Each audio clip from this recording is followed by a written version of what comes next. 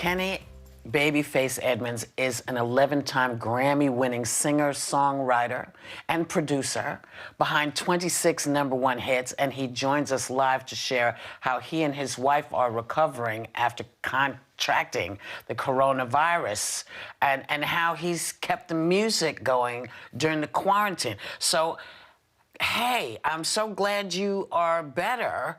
What was this? What were the symptoms like for this? What happened? Well, first, I don't really know where we got it from or how we got it. We were, I was in Vegas and Nick was inside.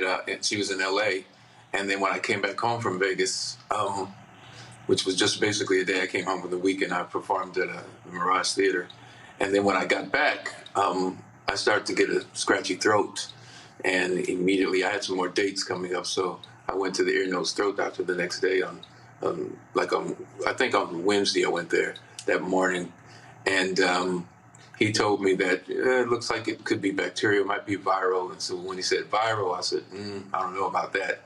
And so I immediately went to my studio and just kind of shut the studio down, and I hunkered down there just in case.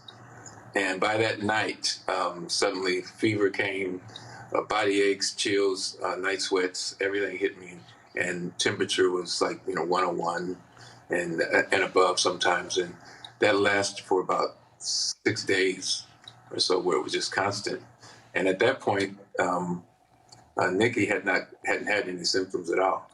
And then somewhere in between, in that time period, she ended up getting symptoms. So she ended up getting tested, and I didn't get tested till probably the following Wednesday. And it took about 10 days before we actually got our test back. So I was kind of in the studio for about 17 days before I actually went back home. Kenny, there are a lot of people out there who still aren't taking this thing seriously. They think they can't get sick. People just, well, it's not going to happen to me. Now that you've gone through this yourself, what's your message to those people? Well, you can. It's you don't know exactly what's going to hit you, because I have some friends actually that got really sick, and I have some people back at home in Indiana, some people that I know that actually passed away. So it's real, and it is weird because you don't know how it's going to hit you per se, but it can, and the biggest thing is you don't know where it comes from. To this day, I still don't know actually how I got it, how Nikki got it, and I mean, thank God we got through it, and thank God we got the milder version of it. But who's to know? The main thing is that it's real, and it can happen for sure. Now, after you recovered, you were part of an epic Instagram music battle with your friend and fellow super producer, Teddy Riley, which over 4 million people watched, myself included. I loved it. You were hesitant to do it at first, though. Why is that? And who changed your mind? The idea of the battle, first of all, battling with music isn't necessarily my kind of thing to begin with.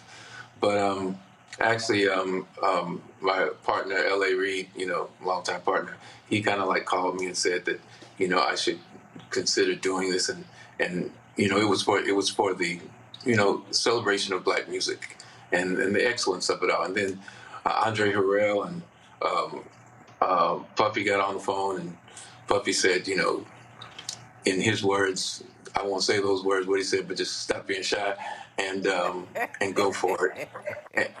And that was kind of the thing that pushed me. I thought, I should do this because we all needed an escape, and this was a good thing to do. It turned out to be an amazing thing to do, and we had a lot of fun. It was a lot of fun to do it with Teddy. Teddy's an amazing producer and a writer, and so it was great to feel that music. And now you have 2 new exciting announcements. You're going to be hosting a live Instagram Mother's Day special, and you have new music coming out for the first time in 5 years. Have you just been busy and you weren't writing anything, or did you just why haven't you put anything out? I write things all the time, but I don't ever feel like putting it out. I always like, nah, that's not it. And so I'm the worst with that. So I have tons of things, but I feel like it's time for new music, and I thought this would be a great thing for the waiting, because there were so many people, that were on the Instagram Live that wanted to hear like music from Waiting to Exhale, and so I thought this would be great Mother's Day to play the Waiting to Exhale album and tell stories, tell how it all happened, and talk about the artists and stuff. And it'd be fun to do that, because that was half the fun of it all in doing the Instagram Live, was that being able to tell stories and tell things. People were so interested in that, so I thought it'd be fun to do this as well. Yeah.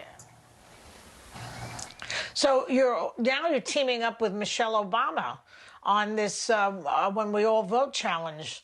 That's great, and it's helping Yes. people get registered. So how did you get involved with this and with Michelle and everything? Interesting. Well, funny enough, after the Instagram Live, since so many people came there, next thing then we heard from Michelle. Actually showed up on the while we were doing it. So it was funny to see actually Michelle Obama's name pop up, and because there were all kind of names that were popping up. So I heard from her, and I was glad to be a part of it. This is a time when we all should be registered and we all should vote. One thing that happens for sure in this time is that it makes you reflect about things that are important, and rights and things that we have or don't have. And so this is one of those times where I think it's more important than ever to get out and vote and use that right for sure. Well, this is exciting. We're glad you're putting out new music. Can't wait to hear it. We want to make sure that everybody watches his Mother's Day Live Instagram special called Waiting to Exhale on May 10th.